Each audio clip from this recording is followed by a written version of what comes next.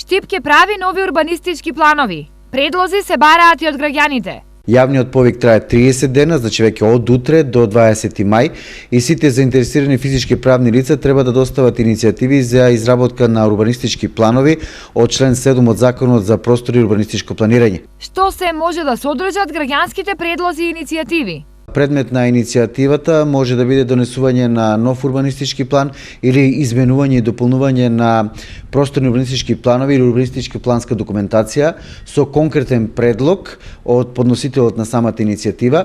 Таа треба да биде доставена во писмена форма преку архивата на секторот за урбанизам. Сепак, она што најмногу ги интересира граѓаните е што доколку предлогот им се прифати и кој сето тоа ќе го плати. Прифатените иницијативи од јавниот повик ќе бидат вградени во програмата за изработка на урбанистички планови на територијата на општината за 2016 година, а средствата за прифатените иницијативи за изготвување на потребната документација треба да се обезбеди од страна на подносителите на иницијативите, правните или физичките лица.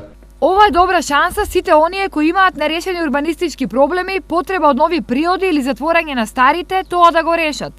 Потребно е само да достават издржана иницијатива до општината.